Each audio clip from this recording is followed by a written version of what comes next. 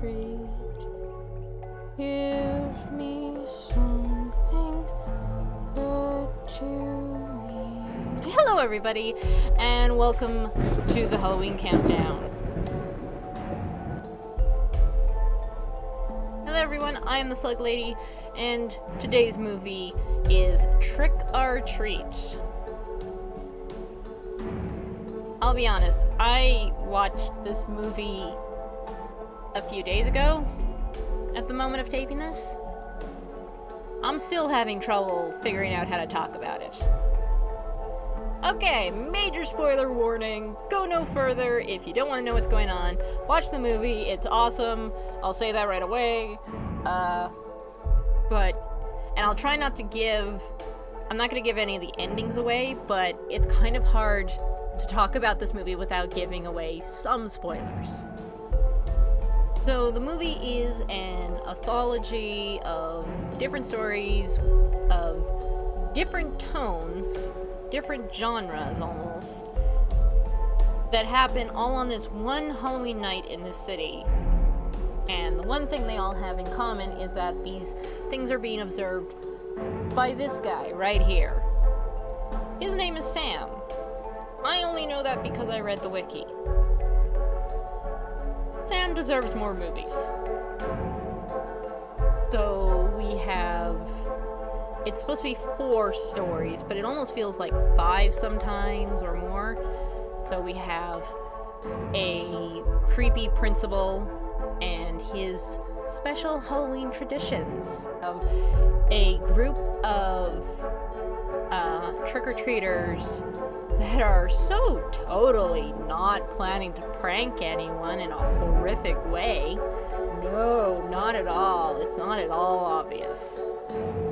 We have a group of very scantily clad women that are heading to a party, and the one dressed up as Red Riding Hood is having trouble finding a date. And then we have the cranky old man who hates Halloween and likes to scare kids and steal their candy. This movie is very messed up. Babadook was scary because it had to do with mental illness and some incredibly disturbing things that can indeed happen. Trick or Treat, on the other hand, is disturbing because you probably know these characters. You have probably seen them in your street. You have probably met them on Halloween. Hopefully not. You have probably been warned about them by your parents. I grew up in the 90s when there was a big, huge scare around Halloween about making sure to check the candy and don't talk to strangers and all that stuff. This movie is all about those things. There's a chocolate bar. There's a chocolate bar with an X-Acto blade in it, guys. That image alone. So the movie starts off, actually at the ending of the movie, where we see how Halloween ends that night. And then we move to earlier in the day, and we find out about all these different events that don't really have anything to do with what we saw in the ending, but tend to crisscross, and the tone of the movie shifts from dark humor in one story to almost like the sexual horror fantasy that you see in vampire movies, and then we have the dark ghost story. This guy here shows up really as an observer through most of the movie. When people are doing something terrible, when they are when sacred Halloween traditions are being broken. It's so hard to talk about this movie because it's so complicated. Pulp Fiction, there we go. Okay, so it takes like almost a Pulp Fiction approach in that we are introduced to characters and they overlap in different ways, and the story starts to get super complicated in places. That's why it's so hard to explain, okay? It gets complicated, but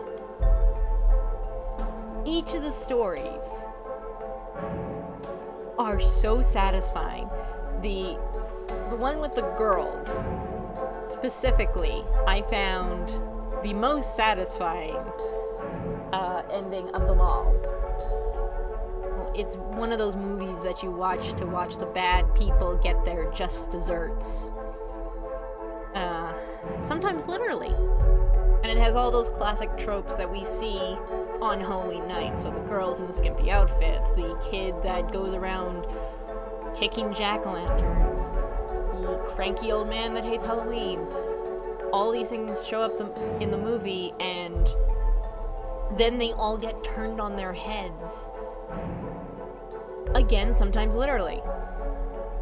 What I will say is that Sam here is friggin' terrifying, and I love it. Sam needs more movies. He should be right up there on the same pedestal as Freddy and Jason. And I'm actually shocked there isn't more movies. I heard that there is a new movie planned. There is also a short comic book that I am totally going to get. But such a great character.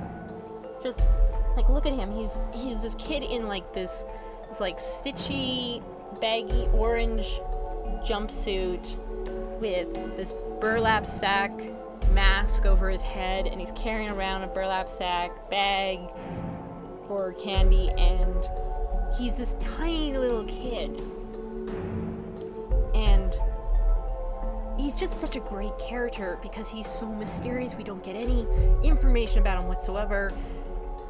Even in his major scene, when there's one story that he becomes a main character, we don't know anything about this kid's past whatsoever. Really, I just want more movies with this character. I want more of this kind of anthology style with this character watching. If The Crypt Keeper, there we go. If you've ever seen Tales from the Crypt, it's very much that style, in that we have all these anthologies, and this one character's kind of the eyes of the audience. I was a big fan of Tales of the Crypt when I was younger, still am, and it's very much that kind of style. And really, we need another show like that. We need another Tales from the Crypt, and I would love it if Sam was the main character in that. There was even a short cartoon on the special features of the movie that I want to say that I remember seeing as a kid on MTV, but I could be wrong. And there's nothing more I can say about this movie, because really, go watch the movie. Go watch the movie and have your minds blown, okay? Hopefully not literally.